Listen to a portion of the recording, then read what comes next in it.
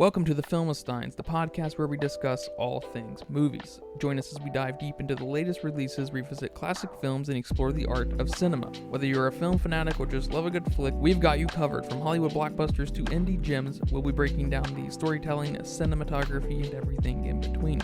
So grab some popcorn, sit back, and get ready for some cinematic magic. If you like what you hear, please consider subscribing to our Patreon at patreon.com/filmistines. We offer tiers at the $1, $5, and $20 level, where the $20 tier grants the ability to request films for future episodes. This is the Filmistines, where movies are more than just entertainment, they're an experience.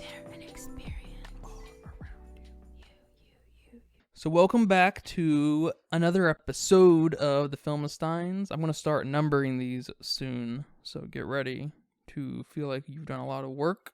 We have an interesting episode today. Is it our first proper horror movie? I think it might be. Oh. I'm joined today by Lucifer. Uh, How are you doing today, Lucifer? yeah, I'm good. Raping babies? Raping babies, possessing everybody. Yep. Good day for possession. Possession Fridays. How many exorcisms have you survived? Because you kind of come back, I guess, if they get you, right? You just recycle. Do you come back? As Lucifer, I assume you do. Well, yes, I come back for sure. I don't know about my buddies. I don't know if they come back, Your but I homies. come back. Maybe they get a second chance in heaven, and that's how they deal with them. Yeah, I'm not sure. Try to put them in prison, heaven prison. Because they're like technically fallen angels, right? That's what they said. Yeah. So, are you not fallen anymore? Are you now an angel? It's probably some kind of reformation thing going on where initially there was no like punishment or consequences other than going to hell. You know, you fall an angel, you make bad decisions or whatever as an angel, and you become a fallen angel. You join Lucifer, you join my co-host in hell doing your hellish things.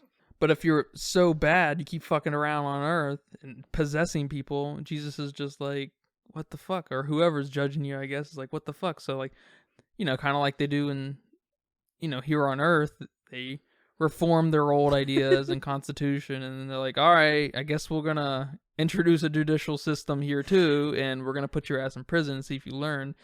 And then if you don't, maybe they send you to hell. And then maybe even in hell, Lucifer's like, what the fuck? Why are you fucking around? Yep. And then he's like, all right, you're gonna be in prison down here too. Or wherever hell is.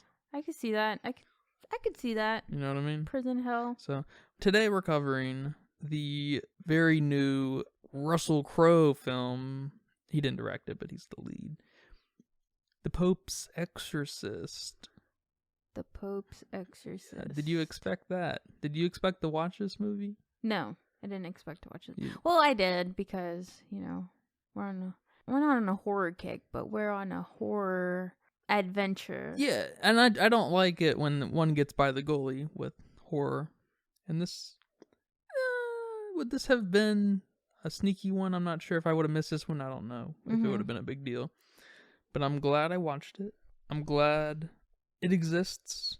It was a fun movie. Yeah. It's probably one of the funnest horror movies I've come across in a while. Most horror movies are kind of serious. They're kind of serious. Yeah.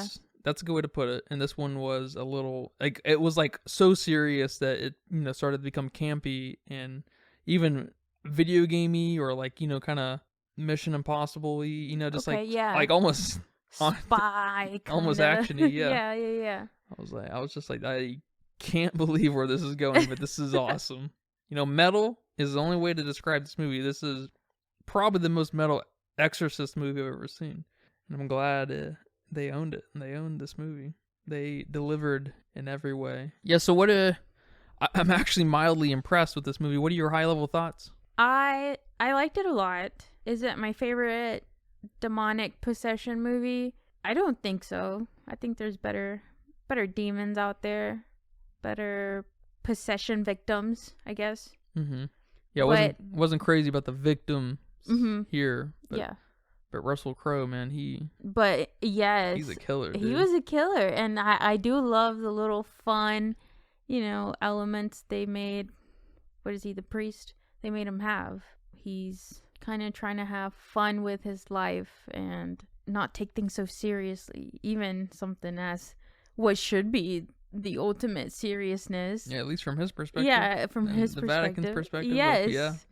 And he's not. He's just like, all right, let's do this and let's, be light and fun about it, because that's what the demon's gonna hate. So I like that.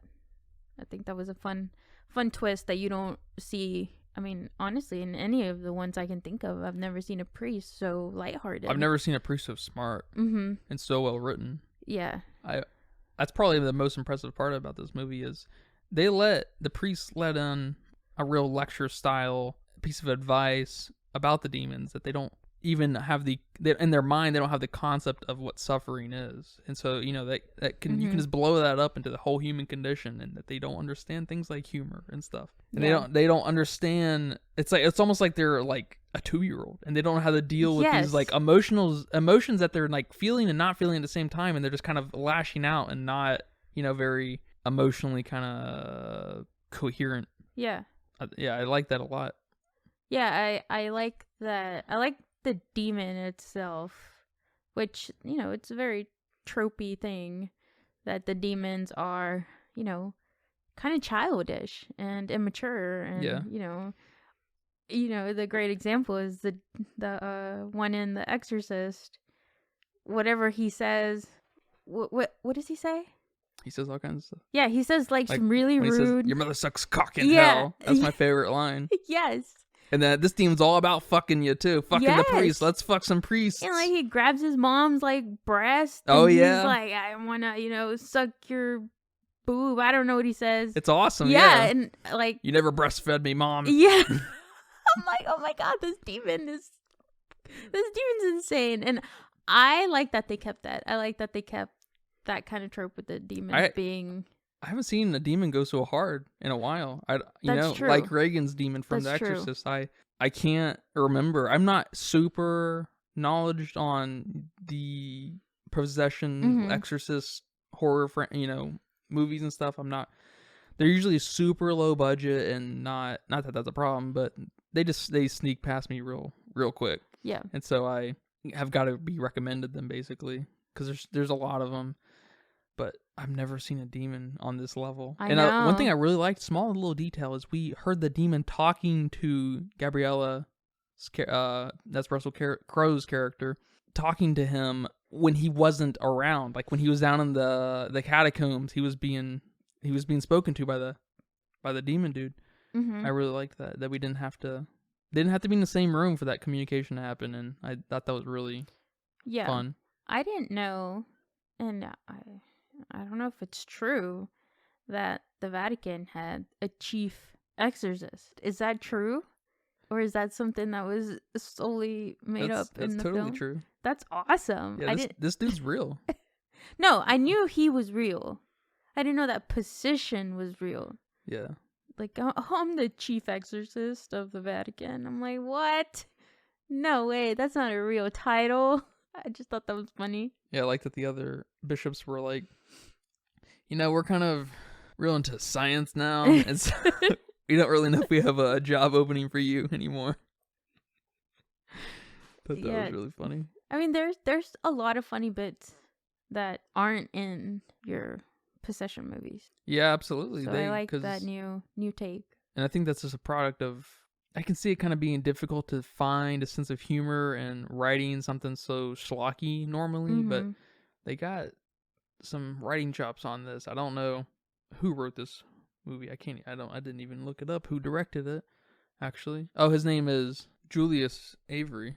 Written by Michael Petroni and Evan Spiliotopoulos. It's quite the name. That is quite the name. What is it, Italian? Greek. So pretty close. All right. But the funny elements, the fun elements, it's a new perspective in this kind of genre. And I don't think they overdid it. Like, the first thing that comes to mind with overdone, bad, just comedy, forced comedy is Marvel.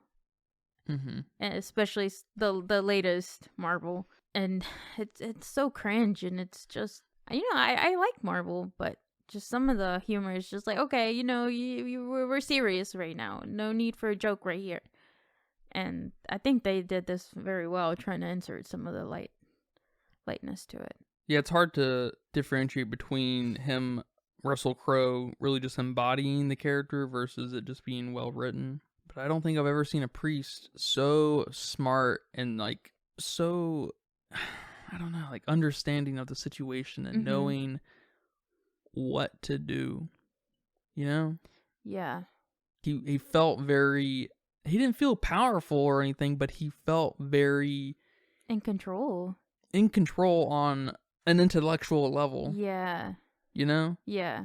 It never really felt like the demon, which is maybe you could say a mark against them, against the film, but I wouldn't. But it never felt like the demon really had Gabriella where he wanted him. It always did seem like Gabriella was a couple moves ahead. I mean, I guess even at the end, which we can talk about. But I guess first I want to talk about is, what did you think about these kids? These kid actors. That was that boy's first movie. Oh, wow. Okay. Honestly, I think they were okay. I think they're fine. They didn't bother you? They didn't bother me. The only person that bothered me was the mom. The mom bothered you? I think the mom was just, she wasn't cutting it for me. She was a little too bland. Yeah, she was a little flat, wasn't she? She was very flat. And I'm just like, your kid is possessed. Freak out. Like, come on. There were a couple scenes where, she didn't give me the drama I needed. She didn't give me the emotion I needed her to give me. Yeah, she was flat. She was very flat. Very flat. I mean, I guess performance-wise, she was the worst. Yeah. I didn't like the kid's performance, but it also was like hardly a performance because it was all voiceover. Mm-hmm. And so like he was just like mouthing stuff and like, yeah, getting that job done with a little bit of CG here and there. But yeah, it's hard to say. It's hard to say too much about that. But I didn't like how he did that. How he did it. I didn't like his look. Although I did like when the demon was in him for a long period of time. I liked how he looked. Oh, I love that. I didn't like, and that maybe is not a mark against the kid. It may be just a thing that happens in possession movies. There's always a demon speaking through someone who wouldn't sound like that. Right. It's just like, it's hard to get past that, I guess, because I'm not immersed enough to be convinced, I guess, that the kid's speaking that way. And so that kind of takes me out of it a little bit. And I think that's just kind of a me problem, I think. But yeah, I think that that's just a me problem. But I liked how vocal this demon was. Yeah. Oh my God, dude. He had shit to prove, and he was. My gosh. I've never seen a demon with so much personality, I guess. Yeah. In a movie. Yeah, I liked how gauntly and just like the kid almost reminded me of Jigsaw. Like how that's funny. Yeah, I can see the it. shape of his face and just the demonic, the eyes. Like I liked how that progression took place. Mm-hmm. And I completely agree with you. This demon was awesome, and it's a great film in that I was rooting both for the demon and the priest. That's so funny. It's such a mark of a fun movie, having those both sides that you're rooting for, no matter the content. But it's a fucking possession movie that's just nuts, and it's just, I can't believe how good it was on those two places, and everybody involved knew who the stars were. There was no, this vision did not get wonky and go over the place. I mean, maybe it was 15 minutes too long. I don't know, because I didn't love the part where he was in the catacombs with the other padre, what's his name? Tomas, yeah. When they were down in the catacombs and was cutting back and forth between them down there and the bedroom, that's when the exchange was happening, or at least one of the exchanges was happening in Gabriella's head. Yeah. I'm not sure if it was like just vocalized in the building or in the house or not. I'm not sure if Tomas was hearing that. I'm not sure either. Yeah, so, but we wouldn't have had that, but I didn't like that back and forth very much. That kind of, I don't know what it was about that. I don't know if it was just, I don't know, maybe it's just my mind wanting to stick with Gabriella down in the catacombs and not that bedroom. I'm not sure why I did not, that was taking me out of it. Not in a too bad of a way, but you know what I mean? Did you feel anything throwing you off a little during bit? that moment? That was the only time that I'm like, ugh. Stick with one of them, for a little bit longer or something. Maybe the cuts were happening too quickly. It was just... Maybe. I'm not sure exactly what was happening there. Maybe it was an editing problem. I'd have to rewatch it and think about it. Yeah, for me, it was more of a anticipation. Like, okay, let's go to this side. Oh, no, let's go to that side. Okay, what's gonna happen? Yeah. So... It got you... You were anticipating? I was the anticipating. Suspense was building? It was building some suspense, Good. That's good. One shot I really liked in this movie... Super brief. He was walking through maybe the Vatican to check out the boys' records. Yeah. And the camera was like following him across like the different aisles of books and stuff and everything. And he was like on the top level and stuff. And it was like the camera's kind of eye level and was following his pace of walking. You know what I'm talking about? Yeah, I know what you're talking about. That shot was awesome. It reminded me of like, you know how in some shows and movies you'll see basically the camera go through the wall because the wall's the wall can be broken down and so the camera can literally follow someone. It looked kind of like that to me because it was so eye level and so perfectly straight. I really liked that shot. Although it was on the second floor, there was a balcony. There was no wall breaking. Yeah. Kind of thing. But it looked really neat. I liked that. I liked his friend too. His high bishop friend. His in the red. Oh, I don't remember who got his promoted. name. I don't remember his name either. I loved the beginning. What happened at the beginning? In the beginning, when they went to visit that man that was possessed, and they brought in the pig, and he's like taunting the demon. He's like, "Oh, you're so powerful, and you can possess anybody you want. Possess this pig right here." And the demon's like, "Hell yeah, I can possess this pig right here." And then he possesses, boom, they shoot the pig, and I'm like, that looked great too. I don't know if any pigs were harmed in the making of this, but that shot it may have been just quick enough for me to not think about it too long. But God, that shot on the pig, the shooting of the pig was so good. I loved it. Yeah. I was like, this is how we're starting. Okay, yes. Awesome. Talk about like a mood setter. That's probably one of the best. For this type of movie, this is probably the best intro I've ever seen in one of these. Yes, I agree. I loved that. I love that whole bit. It was awesome. Yeah, that was awesome. And then they bring it back up, or the demon brings it up later. Yeah, I don't think it's the same demon, but I mean, I guess it's definitely not the same demon. It is the same demon. No, I think that demon was released out of that house. Oh, okay. They sounded similar. Because he's like, "Bring me the priest." I understood him as being the same demon. Maybe that's just me. Yeah, I don't think it was, but he did say bring me the priest, but I think he also... And then when they brought him Tomas, he was like, that's the wrong priest. I think he was talking about whoever is like the chief priest, chief pope priest. See, I thought it was, I want that motherfucker that tricked me. Yeah. Yeah, I think it was less personal and them trying to take over the Vatican, like they did. Remember, because that was like what the story was about. Yeah. With I just thought he was doing both. Yeah, I don't, because it did seem like it was a little personal. Yeah. But he's like piggy. Is that a loophole happening here? Because they did kind of make it seem like he came out of the house though. He was trapped there. They spent a lot of time there on that point. You know what I'm saying? That's true, because that's a good point. The first explosion was... Yeah, I think he was trapped there. Yeah. And then the priest is just thinking about his previous exorcisms and stuff. Mm-hmm. And he's using that against him. Like, because remember in the beginning, he even said that wasn't a demon. That was just a mentally disturbed person. Yeah. So although the pig did kind of get weird, but maybe that just was because of the yelling too. Yeah, I don't know. Yeah, but that's fun. Fun either way. Yeah. I'm not sure about the loophole though. Yeah, I think that... I thought it was the same demon. Well, yeah. I mean, even if I keep thinking it's the same demon, it's still... Either way, it's fun. It's still fun. Either way, it's fun.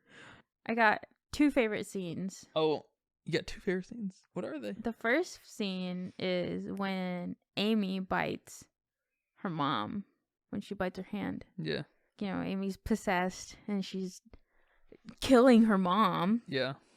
And then I don't think I've ever seen 2 possessions. I know. At the same time. Yes, that was awesome. That was awesome. That was so awesome. And, you know, the mom's like, oh, you know, I love you. You're my daughter, blah, blah, blah. And she puts her hand on her face to, like, caress her. And this is me, you know, the moment where I'm like, oh my gosh, mother's love is going to snap Amy out of this possession. No. He bites the shit out of her hand. And I'm like, oh my God, I love this. Yeah, that never really went anywhere, did it? The mother's love. Yes. That was like, that's kind of a meta funny level thing because he said it. He was like, a mother's love is the closest thing to God's love. And then she tried it. And it didn't work at all. Literally. And it's like, it's just there to comfort her, you know, but she actually tried to use it. I know. And she's never going to use it again.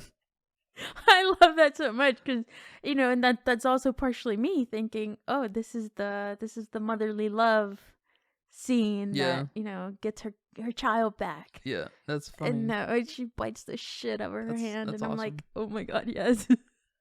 What was the other scene? The other scene is when, I don't know what happened to make the Pope, because you know how the Pope was sick and he was lying in the hospital.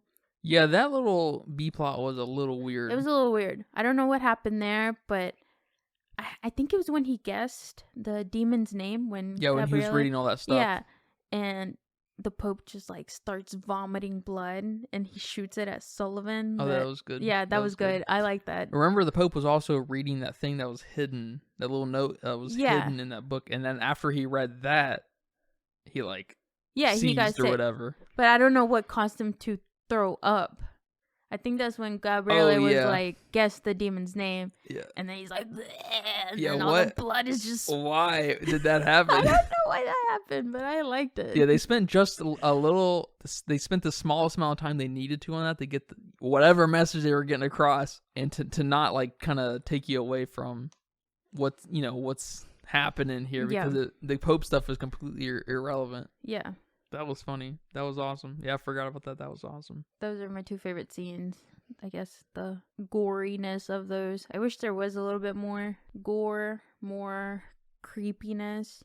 We did get a little bit of Amy, you know, bending and transforming like those demons usually do. But I don't think we got enough of that.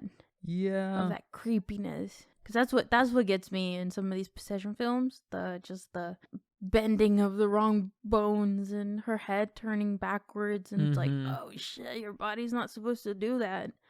Like that's one thing that gets me in these demon movies. Yeah, we didn't get very much of that. We did get some nice use of like those extra girls who, you know, there was the one that was covered in blood down in the catacombs. That was Tomas's sins, and I liked that kind of was a theme they held throughout, where your sins are gonna come bite you in the ass and stuff, and he's making them see them. The demon's making the 2 priests see them. I liked that. Yeah, I liked that they were real people. They had some, you know, especially Gabriella's girl. She had some CG on her every here and there, but you know, the red girl, that was I'm pretty sure that was a girl in red something. She was that was real. It looked good. I like that. That got crazy at the end, didn't it? Yeah, it got Talking crazy. about a climax, that climax reminds me of, I don't think you finished this with me, Suspiria. No, I fell asleep. It's got a similar craziness at the end. I remember bits and pieces about that movie, but I don't think I saw the end. The movie's awesome. Yeah, I like that whole, you know, the sin part, and honestly, I was just like, okay, come on, your sins aren't that bad. Why are you ashamed of them? You know, it's just you're good, dude. You survived a war. Okay, I mean, there's worse things that you could be shameful of. And the other dude's like, you liked somebody and you had sex with them. Oh, shocker. Yeah, I just thought it was funny. Yeah, they couldn't make them too bad though. Yeah. Like, oh, my sins. It's like, oh, dude, no, dude, you good. It's kind of funny that you say that, because I was just saying that, you know, the emotional maturity of a demon sits around 2 years old, and that's a kind of an immature thing to be hung up on. The Tomas's sins, at least. I guess at least Gabriella's sins are, well, not really sins, but things that kind of make him feel guilty are very real. And that's true. Or I guess they're both real, not because you have the survivor's guilt, kind of disorder, I guess, and that's very real. And then the girl that committed suicide, Rosario, whatever her name was, that committed suicide in front of him. Like, all right, but yeah, Tomas's was like, nah, dude, come on, you good, my friend, you good. Another thing I liked about the film was that he explained why Henry got possessed. He talks about how the demons possess somebody who's been through trauma. And that's what I'm saying. I've never seen a priest so smart. Yeah. And then what I really like though is that the mom is like, okay, his dad died. And then when they take him to the doctor after he has, the seizure, the doctor's like, did anything traumatic happen recently? And she's like, yeah, his dad died. And they're like, oh, okay, well, yeah, that explains a lot. He needs to see a psychiatrist. And then the priest also asks, did he experience anything traumatic recently? And she's like, yeah, the dad died. And he's like, but in order for the demon to have gotten him, he needs to have experienced something like so traumatic. And then she's like, well, they were in a car accident. He saw his dad get impaled. And I'm like, oh shit, yeah, that'll do it. Because at first I was like, come on, kid. I mean, yeah, your dad dies. That's sad. I know. But a lot of people's parents die. Yeah, it's a little bit different if your dad just dies versus seeing him impaled through the fucking head. Yeah, and you're sitting in the back seat. Yes, so when that got explained, I was like, oh, yeah. Poor kid. See, that's a mark of good writing, bringing that up multiple times. Yes. Genius. It's just genius. It helps build. It's just, how hard is it to make like a high-functioning film? This is not the greatest film ever made by any stretch of the imagination, but god damn. Yeah. These people are filmmakers. Yeah. Why can't we get these people on Peter Pan? Why can't we get these people on Scream? I mean, Scream was okay. It was pretty vanilla and, risk averse, but man, I'm impressed. And are we going to get 199 sequels? Yes. I don't know. But I mean, they kind of make it a little bit that way. I know it lays on like like this weird video gamey thing where we have all of these side missions to take care of now. It's just like, I haven't felt that like what kind of feeling with that since the end of Indiana Jones and the Crystal Skull. They have a similar thing where I think it might be at the beginning where Indy is getting ready for his mission and he goes to this like bunker warehouse type thing, and there's all these like crates that encase like highly conspiratorial secret things, and there's just, what I'm talking about? You haven't seen that? And the warehouse is like 10 times, 20 times bigger than Walmart, and it's just, your eye can't see how far back it goes if you're looking forward. And it's just like, just the sense of wonder that happens there that only, that it's just not, I don't see that anywhere in film. I don't think it should be everywhere or anything, but it's just like, just that, I don't know what it is about just the quantity of that thing, and we got to handle all this shit. It's just like crazy. I mean, I guess you could maybe experience a similar thing like at an Amazon warehouse where everything's shelved away and everything, and I've never seen anything like that in real life, but you know what I'm saying? Yeah. Like, I get that feeling. The only thing I get that feeling with is video games normally, and that being with, when I look at like skill trees, or when I look at the number of side missions, or when I look at enemy variety, it's just like, it just builds this weird sense of wonder and possibility. And I think in the movie that really screams at like the Conjuring series, because they're super famous for handling all these cases. Gabriella Amorth could, I guess for one, he's in Europe, right? He's the European Ed and Lorraine. Around the same time, I guess, too. He's like way smarter than them. He's so much smarter than Ed and Lorraine. And it's funny you say The Conjuring, because I think I wouldn't put this film in my favorite possession films, in the sense of it got me, in the sense of I was scared and I covered my eyes like I did with Insidious. I covered my eyes, and I was afraid to walk to my car after work and I would just see red eyes. I mean, that movie got me. Did it really? Yeah, it got me. That's awesome. I don't know if I could watch it again without. We're gonna watch the sequel that comes out later this year.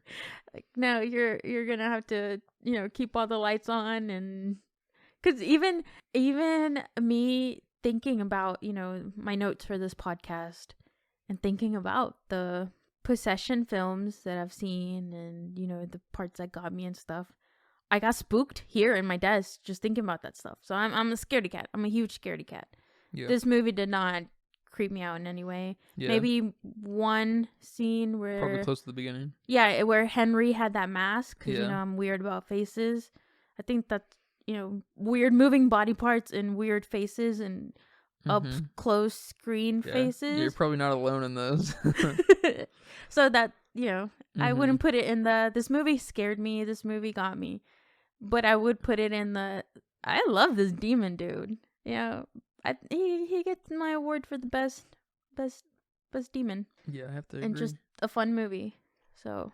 Yeah, it's a funny balance that, is brought to the front and all that.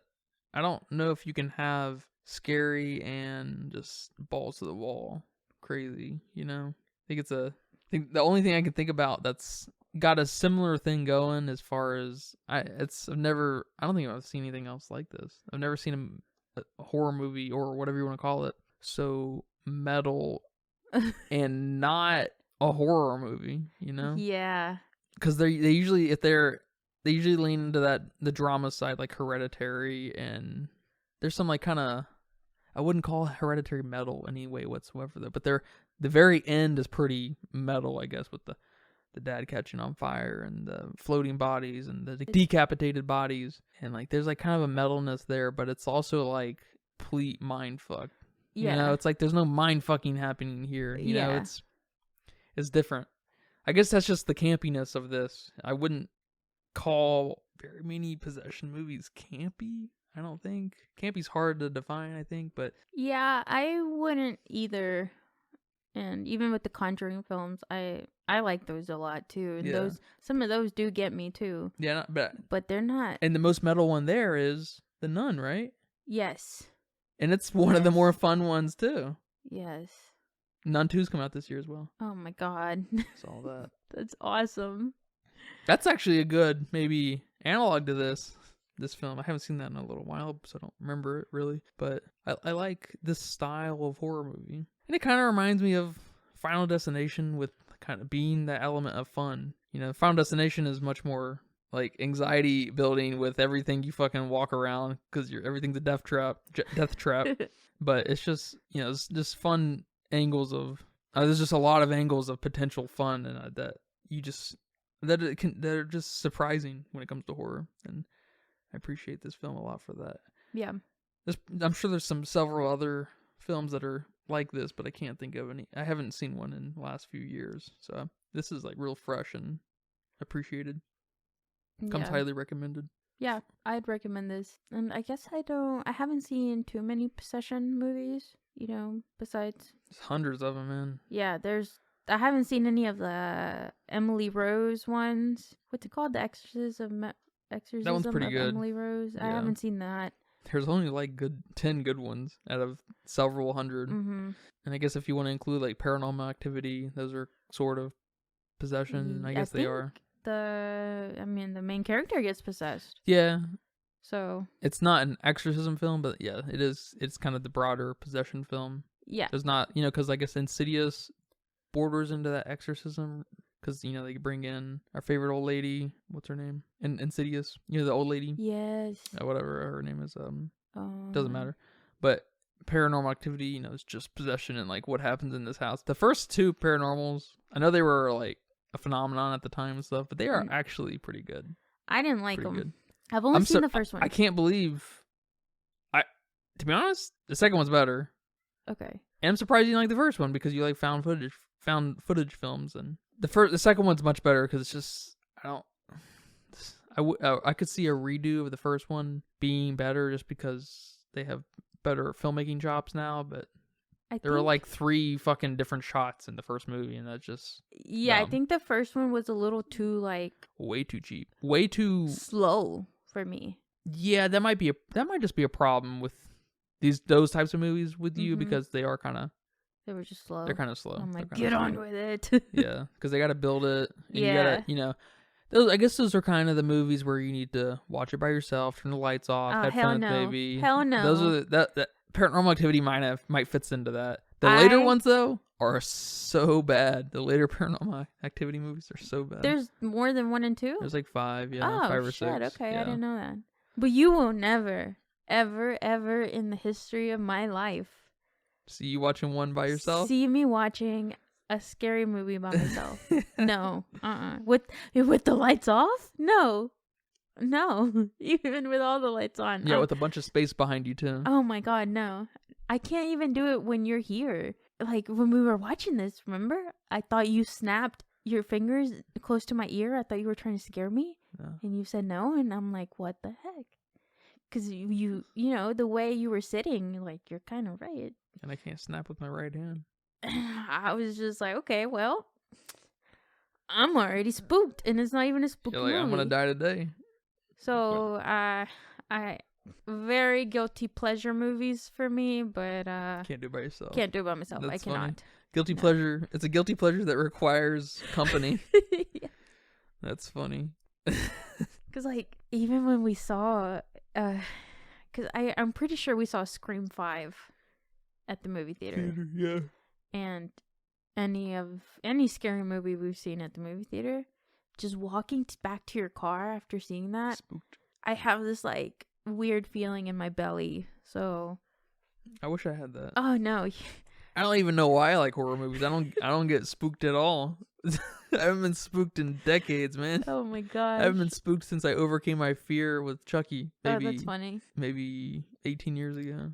Because I told you I tried to watch Chucky. It was several Halloweens ago, maybe like four Halloweens ago. You tried to watch the third one. No, Child's Bride. Child's Bride, yeah. Yes, I tried to watch that one. I was like, you know what? I'm gonna watch this movie while I hand out candy to these little kids. You know, watch this spooky movie. It's Halloween. I could not do it. I turned it on for 10 minutes. I was like, nope, done. Nope. That's hilarious. I think I put on like Frozen or just something happy. That's funny. That's one of the sillier Chucky movies too, which is hilarious. I don't know if I've seen them all, but yeah, I think the first Chucky is probably the spookiest. And we watched it recently. It's not spooky anymore, is it? No. After you just kind of embrace what it is, it's all of a sudden kind of a comedy. And then my point is I can't do it by myself. I just can't. I don't know. That's just funny. Can't do it by myself. That's funny. It's one of those things. If you did, you would kill it in you, I guess, like I did. I don't think so. I think I'd get more scared. You think you get more scared? Oh, heck yes. Dang. So I was just never scared enough to begin with. I got out of it. Yeah, you weren't. I don't know. I don't know what it is. If it's just some sort of ignorance or naiveness. Yeah, I don't know. I don't know, but I definitely got that, and I can't do it. I'm envious, man. That's why I watch scary movies with you, so I can so I can live it vicariously through you. Because when Amy started morphing her body and doing all these weird angles, I started to pull the cover up because I was just getting ready, but nothing really happened. So I was like, oh, okay. Yeah.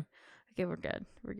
Yeah, I'm glad. I guess speaking of that, I'm glad there wasn't an awful lot of shit flying around the room and stuff, because that's stupid. Give me some good writing, tell me this, let the demon say it wants to fuck the priest again, anything, That demon, man, is good stuff. That demon's probably my favorite demon out of every demon, and he's probably my favorite priest out of every priest I can think of as far as horror movies go. Yeah, I'll agree. I agree with you for sure. Agree with you about the demon. About the demon. Yeah, this is definitely awesome. A movie where the characters really hold it up.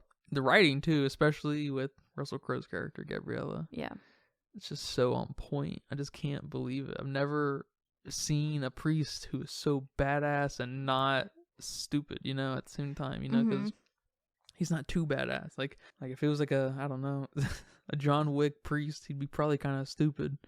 But this dude's like, I got in the very beginning, I thought he said something that made me think that his faith is gonna be put on the chopping block, and that never happened. And I love it. I can't remember what he said, but he said something that made me feel that way, and not taking that in that direction just sticks with me. This movie's gonna stick with me. Okay, yeah. No, I mean, it's not, again, it's not The Witch or Hereditary or whatever, House of a Thousand Corpses, I don't know, another horror movie. Or even the Scream 5, which I loved a lot. Yeah. You're not even quite on that level, but I wish more movies, I wish this was the baseline for movies, This would be a sick baseline. Just, not everyone's written super tight, but we got a couple of great characters. We got a vision, we deliver on everything, man. And we take it to places that you just, maybe don't see coming. It's good stuff. Good stuff. I'm impressed. I'm impressed too. I think it was definitely fresh. A sequel's been sort of announced. Not like, I don't know who's all attached to it, but I did see some kind of, so we'll be getting one more at the very least. I thought that, I was going to bring this up.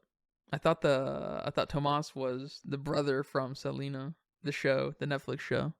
Oh my gosh. The whole time. And I was like, I just thought that, and I looked him up, and he's like the main guy in It Follows. Oh, I barely remember that. Yeah. Okay. I was like, he's also in Don't Breathe. You remember that? I love that movie. Yeah. The first one's pretty good. Yeah. The second one, not so much. Not so much. It's funny how that happens. Also, guilty pleasures of mine. Those like missing one sense, like in Don't Breathe. I know that he's a blind guy. It almost became a trend, right? In Hush. She can't. Hush is probably better than Don't Breathe, actually.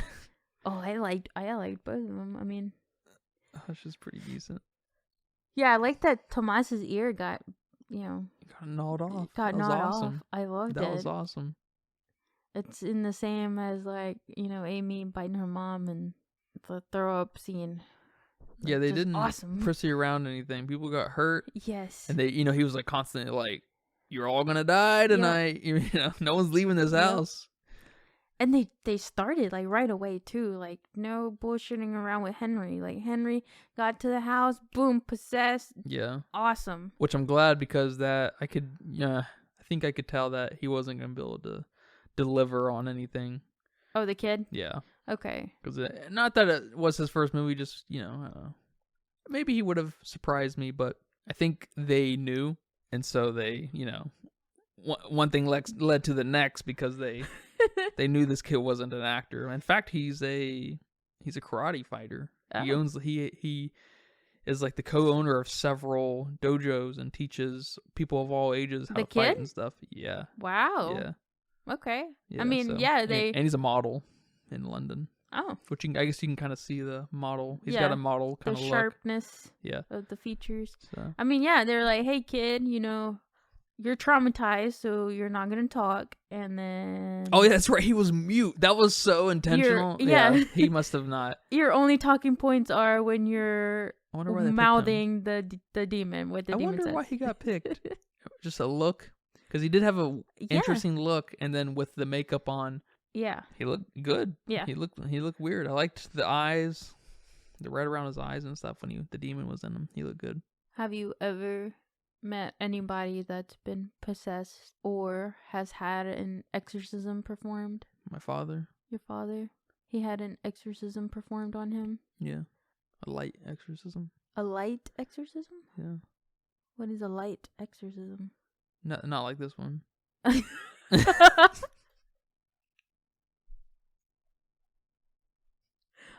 good. Yeah. No shooting the pigs or anything either.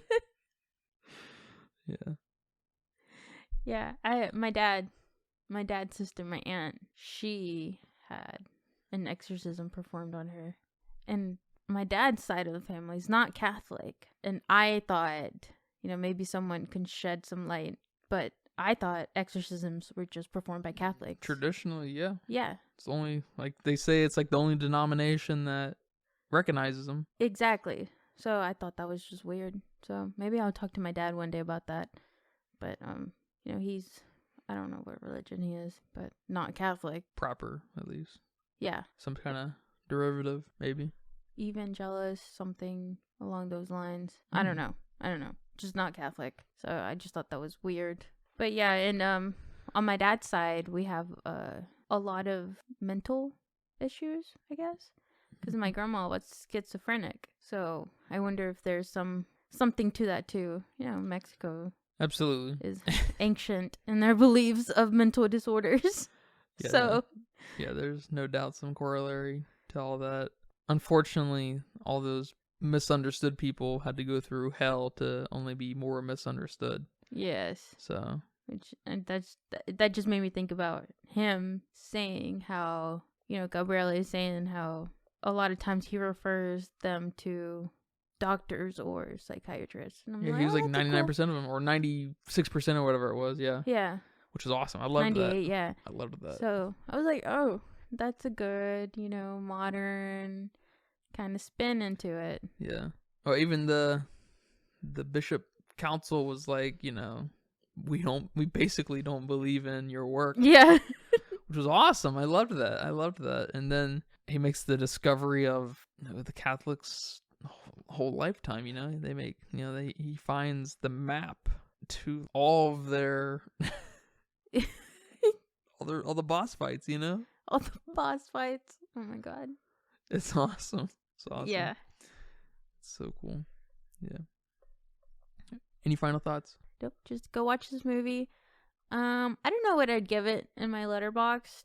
Maybe I don't know. It was good. It's got way too low of a score on Letterboxd. What it's is like 2.7 or something like that. I'm just like, are you fucking joking me? People don't like having fun. I see again, motherfuckers. They want the same serious priest.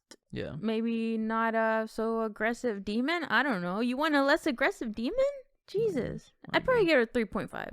Whoa, nice. Thanks for watching with me. Thanks for watching it with me. Thanks for inciting me. You're welcome. You're very insightful. Did I incite you? You incited me. Thank you. You didn't tell us your score. You have a score? Have you scored? I'd probably give it a 2. Probably give it a 2. You putting it on Mario level? Yeah. Okay. Yeah, because, you know, I try to keep things somewhat normalized. If I was able to rate things based off of genre or whatever. Yeah. All my scales would look a little bit different, but it kind of stays normalized. So this is like, I'd probably give this film what'd you say? I said 3.5. No. What did you say about, Mario level? Oh yeah, what I was saying about normalizing. Yeah, if I could break up the rankings across like genres and stuff, each ranking would look a little bit different. It's like if this was like allocated just to horror, possession. I'd probably just horror. It'd probably sit closer to 3.5. It'd probably sit around in there. Okay. And so, you know, because you kind of need to know me, and you know, that's why I say, like, you know, you don't even bother with any scores that I give under 2, and then 2's above just kind of float in a different space in my mind, and you know, depending on who I'm talking to, I can I will recommend something, right? Yeah. And like, you know, one reason we watched this so quickly is because my mom wanted to hear about it. And I would recommend this to my mom. Yes, you know? I would recommend this to anyone who's interested in a possession movie. Yeah. Probably anyone who's interested in a horror, more recent horror movie. I'd probably recommend this. I mean, it's probably my favorite horror movie of the year so far. Not that we've seen an awful lot, but I mean, just Scream, if you would count it. Yeah, Scream counts. And that's a wrap for today's episode of the Filmistines. Thanks for tuning in and joining us on our cinematic journey. We hope you enjoyed our discussion and gained some new insights and perspectives on the world of movies. Don't forget to subscribe to our podcast on your favorite platform, especially Patreon at patreon.com/Filmistines. And follow us on social media for more film-related content. We love hearing from our listeners, so if you have any feedback, suggestions, movie recommendations, or book recommendations, please feel free to reach out to us. Until next time, keep watching and keep loving the magic of movies. This is the Filmistines signing off.